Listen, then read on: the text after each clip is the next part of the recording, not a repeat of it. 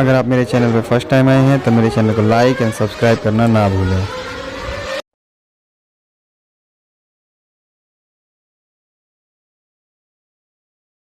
चलिए अब हम बात करते हैं ट्रांजिस्टर के बारे में कि ट्रांजिस्टर होता क्या है।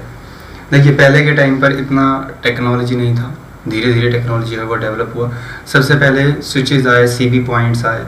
इनके द्वारा जो था वो किसी भी परिपथ को जोड़ा या तोड़ा जा सकता था, यानी किसी भी सर्किट को हम कनेक्ट और डिस्कनेक्ट कर सकते थे। बट धीरे धीरे हमारे पास ट्रांजिस्टर आया। ट्रांजिस्टर क्या कर रहा है? Use like a switch and relay, combination of PNPN NPN, जो यानी P और N हमारे जो जंक्शन होते हैं उनके मिलने से ही ये हमारा ट्रांजिस्टर क्रिएट होता है और ये एक प्रकार के स्विच एंड रिले जैसा काम कर सकता है।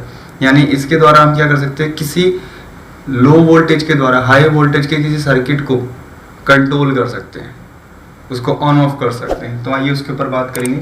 Transistor are two type, NPN and PNP। इसमें क्या है, कॉम्बिनेशन है वो हम कैसा इस्तेमाल कर रहे हैं उसके आधार पे इसका नाम रखा गया है। ये इसका सिंबल है। सिंबल में आप देखेंगे यहाँ पर दो एरो दिखाए गए हैं। इस एरो से ये जस्टिफिकेशन होता है कि इलेक्ट्रॉन का जो फ्लो है, जो बहाव है वो किस तरफ है। तो इसमें आप देखेंगे एरो नीचे की तरफ है, यानी ये वाला एरो, और यहाँ से ये वाला एरो नीचे की तरफ है, यानी फ्लो जो है वो इस तरफ आ रहा है। क्योंकि इसमें अगर आप देखेंगे तो जो एरो है वो ऊपर की तरफ ट्रैवल कर रहा है, यानी जो फ्लो है वो एमीटर टू कलेक्टर जा रहा है, और जबकि NPN में कलेक्टर टू एमीटर आ रहा है। The full form is B for base, C से कलेक्टर और E से एमीटर। आई थिंक ये चीज़ क्लियर हो गई होगी। बट अब यहाँ पर आते हैं नेक्स्ट पॉइंट। NPN जो है वो रिवर्सली डायरेक्शन मूव कर रहा है। क्यों रिवर्स बोल रहे हैं हम इसको? और PNP है जो वो आपका फॉरवर्डली डायरेक्शन मूव कर रहा है। क्यों कह रहे हैं इस चीज़ को? पहले फॉरवर्ड और रिवर्स की बात करते हैं। तो रिवर्स में हमने, फॉरवर्ड में और हमने एक चीज़ पढ़ी थी कि डायोड जो होता है वो इस तरीके से फॉरवर्डली डायरेक्शन में मूव करता है, ठीक है, PNP। तो यानी P से अगर N की तरफ अगर आप जा रहे हैं, इलेक्ट्रॉन का बहाव हो रहा है, तो हम उसे फॉरवर्ड बोलते हैं। तो आइए चेक करते हैं। तो यहाँ पर अगर मैं इस जगह वाले पॉइंट पर चेक करूँ, emitter to base, emitter to base अगर मैं चेक करूँ तो मैं कहाँ जा रहा हूँ? P से N, P और N, P और N। तो यानी मैं क्या कर रहा हूँ? फॉरवर्डली डायरेक्शन में मूव कर रहा हूँ। और अगर मैं यहाँ देखूँ NP क्या हो गया? उल्टा हो गया। यानी NP का मतलब क्या हो गया कि अब इस डायरेक्शन में मूव कर रहा हूँ, NP। तो यानी हम रिवर्स फ्लो समझ सकते हैं कि किसमें विद्युत का जो है वो रिवर्स फ्लो हो रहा है, किसमें जो है वो फॉरवर्डली हो रहा है। अब बात करते हैं कि ये सर्किट जुड़ेगा कब। ये इस वाले पॉइंट पर इन दोनों को, कलेक्टर और एमीटर, कब as a CB point connect हो जाएंगे? यदि हम बेस को, जो बेस है, हम उसको इलेक्ट्रिसिटी प्रोवाइड करें। तो हमने एक चीज़ पढ़ी कि एक होता है जिसमें फ्री इलेक्ट्रॉन्स होते हैं, एक होता है जिसके अंदर हमारे पॉजिटिव इलेक्ट्रॉन्स होते हैं, यानी इलेक्ट्रॉन की संख्या ज़्यादा, इलेक्ट्रॉन की संख्या कम। तो उसके बारे में एक बार समझते हैं कि किस तरीके से। तो इसमें सबसे बेस क्या है? बेसिक को जो नीड पड़ेगा, NPN में बेसिक को जो नीड पड़ेगा वो पड़ेगा पॉजिटिव का। अगर इसके साथ पॉजिटिव करंट जोड़ दिया जाए तो ये बहाव हो सकता है, अदरवाइज नहीं होगा। जबकि PNP में बेस को अगर हम नेगेटिव दें तो ही फ्लो होगा रिवर्स में, और सॉरी फॉरवर्ड में, अदरवाइज नहीं होगा, फ्लो होगा ही नहीं। चाहे अगर इसमें अगर आप नेगेटिव नहीं दे रहे हैं, ग्राउंड नहीं दे रहे हैं, तो फ्लो बिल्कुल भी नहीं होगा। तो आइए इसको इस स्ट्रक्चर के द्वारा हम समझने की कोशिश करते हैं। NP और PNP जंक्शन। तो यहाँ पर होता क्या है कि जब आप सप्लाई प्रोवाइड करते हैं, जैसे कलेक्टर टू एमीटर जो है वो आप सप्लाई जो है इस तरफ भेजना चाह रहे हैं, ठीक है। तो यहाँ पर लिख देता हूँ मैं, ये है आपका, इसको मैं लिख देता हूँ NPN। तो अब इसको किस तरीके से हम समझें। अब यहाँ से जो आप सप्लाई भेजेंगे तो होगा क्या कि इस वाले पॉइंट से इधर, यहाँ से यहाँ तक तो ठीक है, लेकिन इस वाले पॉइंट में P और N और P, ये जो फ्लो है ये क्या रिवर्स में होता था। तो हमने क्या चीज़ पढ़ी थी कि दोनों अलग अलग हो जाती है। हमने क्या चीज़ पढ़ी थी, जब इस तरीके का हमने फ्लो पढ़ा था P और N का, तो हमने एक चीज़ पढ़ी थी कि अगर रिवर्स फ्लो अगर आप इसके अंदर करंट को प्रवाहित करोगे डायोड के अंदर, तो क्या होता था कि ये एक दूसरे से अलग अलग हो जाते थे। यहाँ पर सेपरेट गैप जो था वो बहुत ज़्यादा बढ़ जाता, तो वो करंट का फ्लो नहीं हो पाएगा। तो हमने क्या किया कि बेस जो हमने बनाया है P, इसको हमने क्या किया कि नीड ऑफ पॉजिटिव करंट दे दिया। अब पॉजिटिव करंट देने से क्या हुआ कि यहाँ के जो आयंस थे यहाँ पे जो इलेक्ट्रॉन्स थे वो क्या हो गए, उनके सेल जो थे वो एक्टिवेट हो गए, बहुत ज़्यादा एक्टिवेट हो गए। और एक्टिवेट होने से क्या हुआ, यहाँ से जो इलेक्ट्रॉन्स आए उसको एक मीडियम मिल गया। यहाँ पर आने के बाद, इससे मिलने के बाद क्या हुआ, चार्ज हो गया। चार्ज होने के बाद एक मीडियम क्रिएट हो गया, जिसके बाद ये तो दोनों आपस में पहले से कनेक्ट थी, ये भी यहाँ से आगे की तरफ फॉरवर्ड होने लगा। लेकिन ऐसा हुआ कब, जब बेस को हमने क्या किया, पॉजिटिव दिया। जब बेस को हमने पॉजिटिव दिया तभी ऐसा हो पाया। चलिए अब नेक्स्ट वन की बात करते हैं। ये है हमारा PNP। तो PNP में हम जानते हैं क्या कि फॉरवर्डली डायरेक्शन में मूवमेंट चल रहा है। तो फॉरवर्डली डायरेक्शन में अगर मूवमेंट चल रहा है तो इसमें हम समझते हैं कि अगर आप सप्लाई देते हो तो हमने क्या चीज़ पढ़ी है, फॉरवर्डली डायरेक्शन में जब भी हम सप्लाई देते हैं, फॉरवर्डली डायरेक्शन में जब भी हम सप्लाई देते हैं तो इस वाले हिस्से के अंदर क्या होता है, जो इलेक्ट्रॉन्स हैं वो क्या होता है, एक दूसरे के काफ़ी करीब आ जाते हैं, ठीक है। लेकिन इसके अलावा इसके दूसरी साइड में जो दूसरा हमने P रखा हुआ है उसके पास तो रिक्वायरमेंट पूरी नहीं होगी, यानी किसी ना किसी फॉर्म में किसी एक साइड, इस वाले में किसी एक साइड जो था वो तो फ्लो हो रहा था, लेकिन दूसरी साइड में फ्लो नहीं हो रहा था। वो कब होगा, जब सप्लाई दिया जाता था। इस वाले में क्या है कि ऑलरेडी सप्लाई हो रहा है, एक यहाँ से जो आया वो यहाँ तक तो पहुँच रहा है, इस तक, लेकिन इसके आगे फ्लो नहीं हो रहा है। यानी अगर मैं बात करूँ, एमीटर यहाँ से निकल करके कलेक्टर तक जाने के लिए वो तैयार नहीं हो रहा है, क्योंकि इसमें हम फॉरवर्ड डायरेक्शन की बात कर रहे हैं, यहाँ से इस तरफ जाने की हम बात कर रहे हैं। तो यानी यहाँ से इस जगह तक तो जा रहा है, लेकिन इसके इधर नहीं जा पा रहा है। तो हम क्या करते हैं, इस वाले पॉइंट को हम ग्राउंड के साथ जोड़ देते हैं।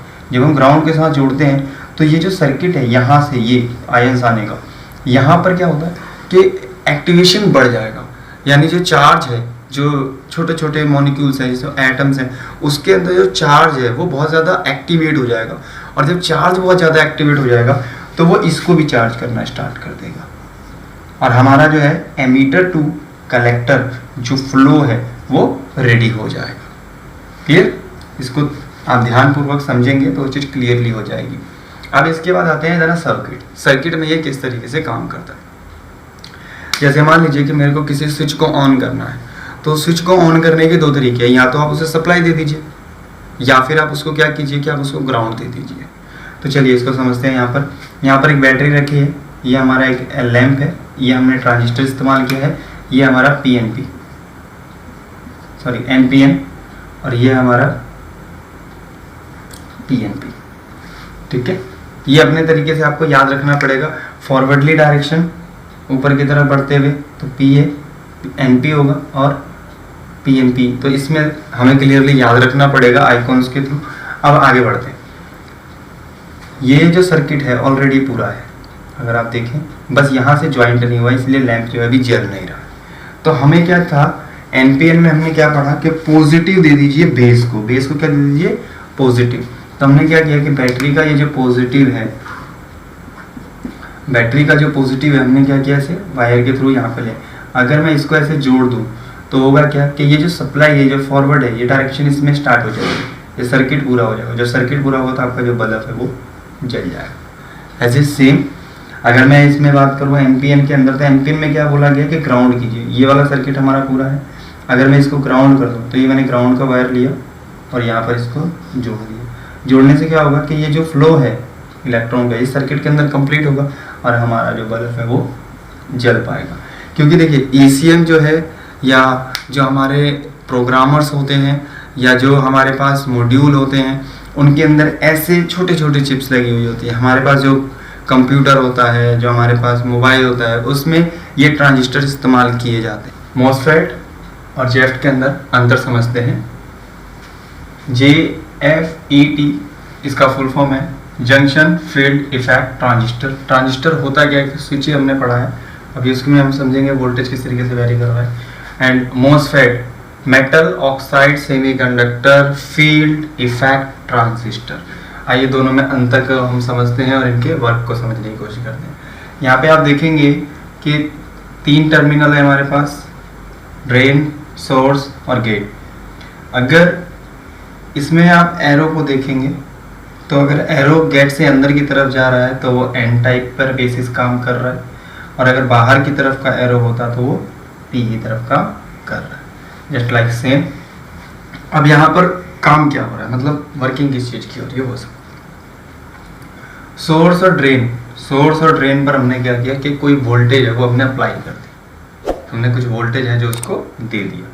देन गेट और सोर्स के बीच में जो अंतर आ रहा है, जो वोल्टेज में जो बदलाव आ रहा है, उसको हम इसके द्वारा कर सकते हैं ऑन एंड ऑफ, यानी उसको कम या ज़्यादा आप कर सकते हैं, चालू या बंद आप कर पा रहे हैं। तो बेसिकली ये फंडामेंटल होता है जो इसके अंदर वर्क करता है, और इसमें ज़्यादा डेप्थ अभी नहीं जाना है, तो अभी हम इतना समझ लेते हैं। डिफरेंट प्रकार के ये आते हैं जिसमें 2 वोल्ट, 6 वोल्ट, 8 वोल्ट, इस तरीके से आगे एम्प्लीफिकेशन किए जा सकते हैं। देन आते हैं मॉसफेट पर। मॉसफेट में देखिए लगभग सेम पोजीशन है।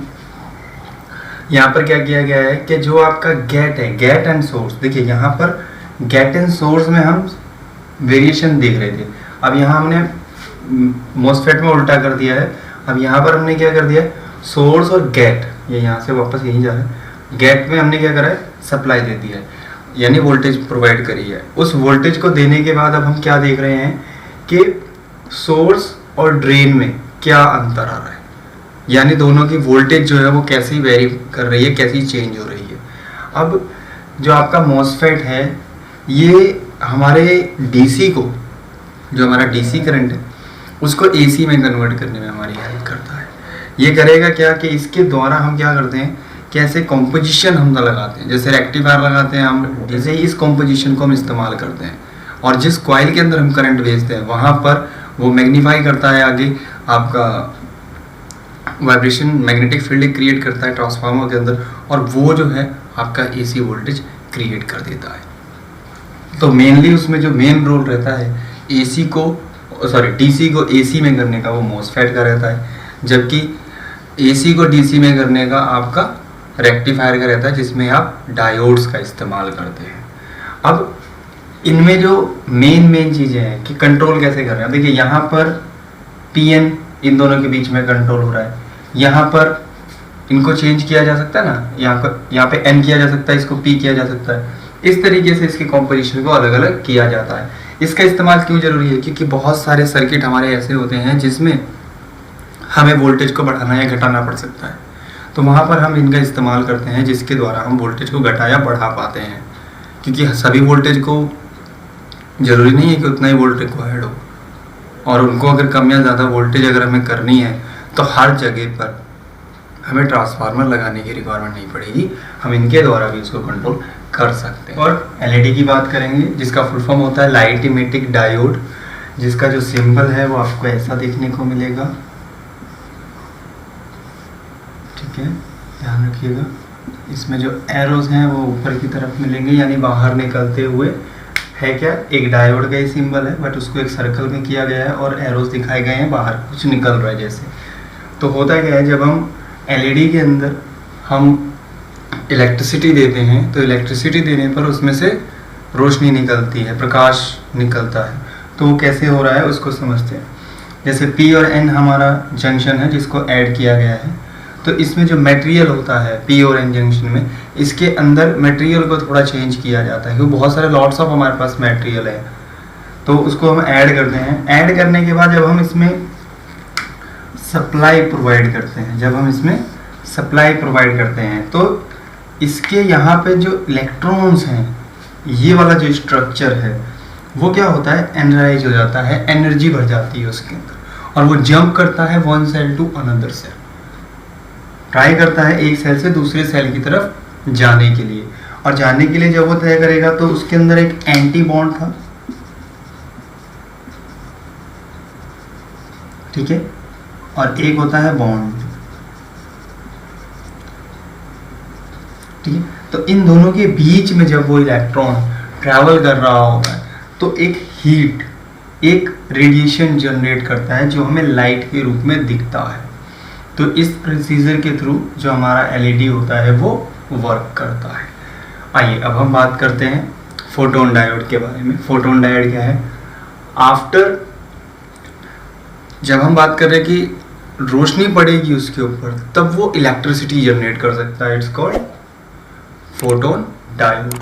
अब ये हमारे पास पी एन जंक्शन है, तो इसके ऊपर अगर आप देखेंगे तो कुछ एरोस के निशान है, लाइक द सिंबल इसका बिल्कुल सेम है जैसा आपका एलईडी का है, बस एक छोटा सा चेंज इसमें हो गया है कि अब इसके ऊपर रोशनी पड़ते हुए दिखाई गई है। जो एरो दिखाया गया है वो क्या दिखाया है, रोशनी पड़ते हुए दिखाया हुआ है।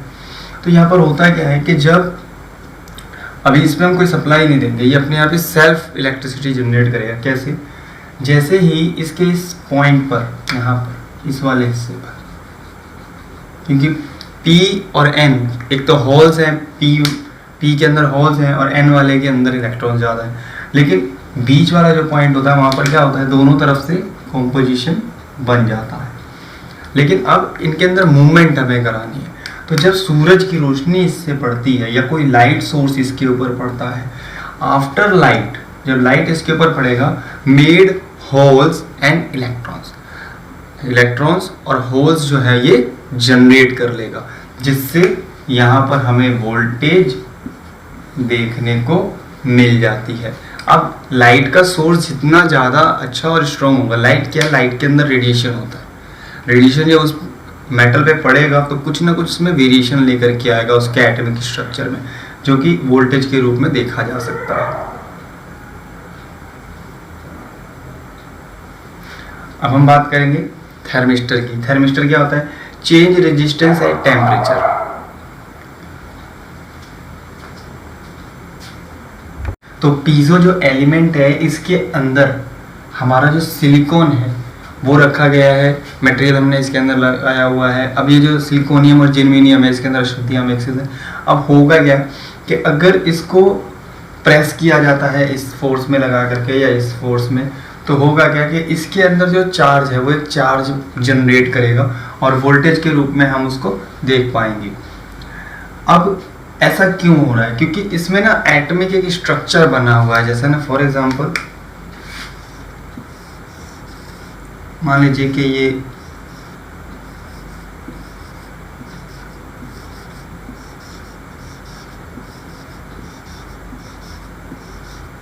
एक अव्यवस्थित यानी अनअरेंजमेंट तरीके से ये पूरा है। अगर इसके ऊपर फोर्स लगाई जाए तो ये क्या होगा, स्ट्रेट होने की कोशिश करेंगे, ये सभी स्ट्रेट होने की कोशिश करेंगे। जब स्ट्रेट होने की कोशिश करेंगे तो अपने आप से एक दूसरे से टकराएंगे और टकराने से इनके जो इलेक्ट्रॉन्स हैं वो एक दूसरे से इंटरचेंज करेंगे अपनी पोजीशन को, और कहीं पे पोटेंशियल ज़्यादा हो जाएगा इलेक्ट्रॉन्स का, कहीं पर कम हो जाएगा, जिसको हम आगे वोल्टेज के द्वारा देख पाते हैं। आई होप इसमें अगर हम बात करें बहुत से, इसका एक एग्जांपल अगर मैं दूँ, रिवर्स इफेक्ट अगर मैं इसका एक एग्जांपल दूँ, तो बहुत से छोटे स्पीकर्स ऐसे आते हैं जिसमें करंट देने के बाद वो वाइब्रेट करते हैं, तो वहाँ पर, और पतली सी चिप होती है केवल वो, तो वहाँ पर भी पीजो एलिमेंट इस्तेमाल किया जाता है। हमारे वाहनों में भी कुछ सेंसरों में पीजो एलिमेंट इस्तेमाल किया जाता है। अब आते हैं हॉल आईसी इफेक्ट कि क्या होता है हॉल आईसी इफेक्ट। तो इसमें सबसे सिंपल तरीका समझिए कि एक मटेरियल है, उसमें मैंने कोई वोल्टेज दे दिया, वोल्टेज देने के बाद मैंने उसके दूसरे छोरों पर, ये जैसे बॉक्स है, इसके 2 पॉइंट पे तो मैंने वोल्टेज दे दिया और इसके 2 पॉइंट पे मैंने वोल्टेज चेक करने के लिए मल्टीमीटर लगाया। तो मैंने ये देखा कि भाई कोई वोल्टेज नहीं आ रहा है। क्यों? यहाँ से लेके इधर जो आयंस जा रहे हैं या जो इलेक्ट्रॉन्स जा रहा है, जो इलेक्ट्रॉन्स जा रहा है वो दोनों तरफ बिल्कुल सेम है, कोई अंतर नहीं आ रहा है। लेकिन अगर मैं मैग्नेटिक फील्ड के बीच में इस वर्कपीस को ले जाता हूँ, इस टुकड़े को ले जाऊँ, तो क्या होगा कि यहाँ पर जो है वोल्टेज बदल जाए। क्यों? क्योंकि जो नॉर्थ एंड साउथ पोल हैं वो जाने वाले इलेक्ट्रॉन को रिफ्लेक्ट करने की कोशिश करेंगे, तो एक तरफ क्या होगा, ज़्यादा हो जाएगा और एक तरफ क्या हो जाएगा, कम हो जाएगा। तो इसके द्वारा हम एक हॉल आईसी इफेक्ट यहाँ जनरेट कर सकते हैं, और सोर्स देना जरूरी है, सोर्स जरूर मिलेगा इसको तभी ये काम करेगा, बट अपने आप कुछ मात्रा में वोल्टेज को बढ़ा सकता है, इसके चांसेस बहुत ज़्यादा है। मान लीजिए यहाँ से 3 वोल्ट अगर इसको दिया गया, देन ये इसको आगे इंक्रीज कर सकता है। आई होप अभी तक आपको ये चीज़ क्लियर हुई होगी। इसके अलावा एक चीज़ और कि जैसे मान लीजिए कि ये रेजिस्टेंस है, इसमें मैंने 12 वोल्ट्स दे दिया और ये जो है ग्राउंड की तरफ जा रहा है, ये आगे किसी भी परिपथ की तरफ जा रहा है। अगर मैं इसको हटा दूँ ठीक है, और मैं एक मल्टीमीटर के उपयोग से मैं वोल्टेज सेंस कर रहा हूँ, और उसका एक पॉइंट मैंने लगा दिया यहाँ पर और एक पॉइंट मैंने लगा दिया ग्राउंड में, तो यहाँ पर मुझे क्या शो करेगा 12 वोल्ट। लेकिन अगर ये अलग अलग है तो 12 वोल्ट शो करेगा। अगर ये दोनों जुड़ जाए, अगर ये दोनों जुड़ जाए तो क्या होगा, यहाँ पर 12 वोल्ट रहेगी नहीं, यहाँ पर शो करेगा 0 वोल्ट। ठीक है, तो ये एक तरीका है जिसके द्वारा जो कोई सर्किट होता है उसको डायग्नोस्ट करना आसान होता है, उसकी जांच करना आसान होता है मॉड्यूल्स के द्वारा। तो ये अभी तक ओवरऑल हमने इस चीज़ को क्लियर किया। अब हम बात करते हैं थर्मिस्टर की। चेंज रेजिस्टेंस है टेम्परेचर, यानी तापमान के साथ साथ किसी भी मेटल के अंदर का रेजिस्टेंस वेरी होना, बदलना, उसको हम थर्मिस्टर के अंदर काउंट करते हैं, वो हमारे थर्मिस्टर्स होते हैं। अब थर्मिस्टर में क्या होगा, थर्मिस्टर में होता है दो टाइप, एक होता है एनटीसी और एक होता है पीटीसी। एनटीसी होता है नेगेटिव टेम्परेचर कोफिशिएंट, जिसमें टेम्परेचर बढ़ेगा तो रेजिस्टेंस रिड्यूस होगा, तो यहाँ पर उसका छोटा सा ग्राफ दिखाया गया है। पीटीसी पॉजिटिव टेम्परेचर कोफिशिएंट, जिसमें टेम्परेचर बढ़ेगा तो रेजिस्टेंस भी बढ़ रहा होगा, जिसका ग्राफ हम ऐसे देखते हैं। तो टेम्परेचर अगर हमें सेंस करना है, टेम्परेचर अगर हमें कहीं का सेंस करना है तो हमें थर्मिस्टर का इस्तेमाल करना होगा। और थर्मिस्टर हमारे क्या होते हैं, दो प्रकार के, एनटीसी एंड पीटीसी टाइप। अब हम समझते हैं कि ट्रांजिस्टर जो है वो बीजे टाइप और एफईटी जो है वो किसमें क्या अंतर है। Bipolar type, bipolar junction transistors, field effect transistors. तो ये जो ट्रांजिस्टर्स हैं इसमें अंतर क्या है, अभी फ़िलहाल हम इसकी बात करेंगे, इसको समझते हैं कि कैसे इसमें अंतर है।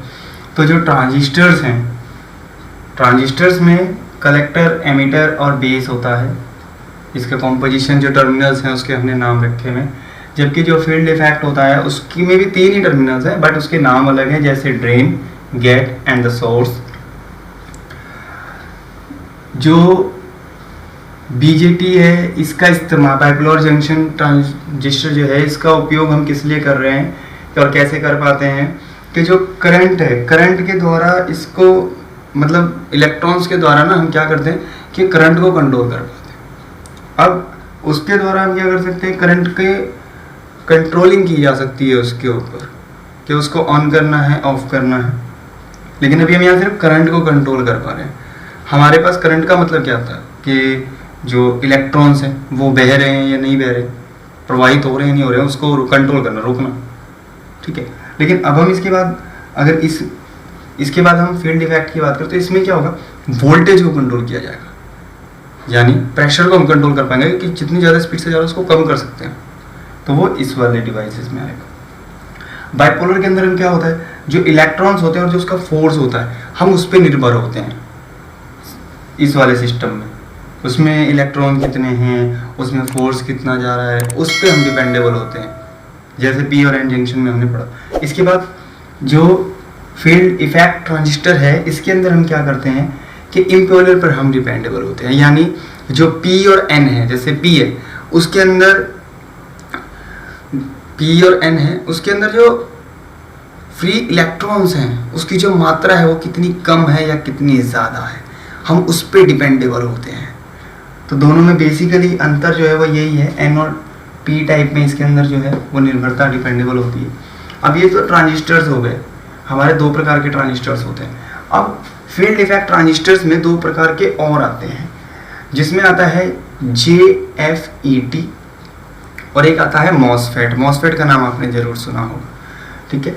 अब इसमें JFET के अंदर भी दो पार्ट्स हैं, एक जो एन टाइप कंट्रोल, यानी जो एन टाइप का हमारा जंक्शन होता है, सिर्फ ओनली एन, उसके द्वारा की कंट्रोलिंग की जाने वाली, या फिर पी के द्वारा कंट्रोल की जाने वाली। इसके बाद मॉसफेट में होता है डिमोस्ट और इमोस्ट। डिमोस्ट में भी दो टाइप हैं, एन कंट्रोलिंग, पी कंट्रोल।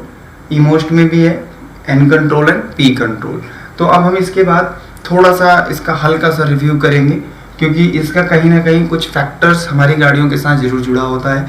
क्योंकि अगर आप किसी सर्किट को कंट्रोल करना चाहते हैं, जस्ट ना switch on and off, and second होता है कि you have to control the speed, you have to control the force of electrons. तो हम किस तरीके से उसको कंट्रोल कर सकते हैं, उसके लिए हमें फील्ड इफेक्ट को भी थोड़ा सा समझना ज़रूरी रहेगा, क्योंकि हमारे वाहन में बहुत सारे ऐसे उपकरण होते हैं जिसकी ना हमें स्पीड कंट्रोल करनी होती है।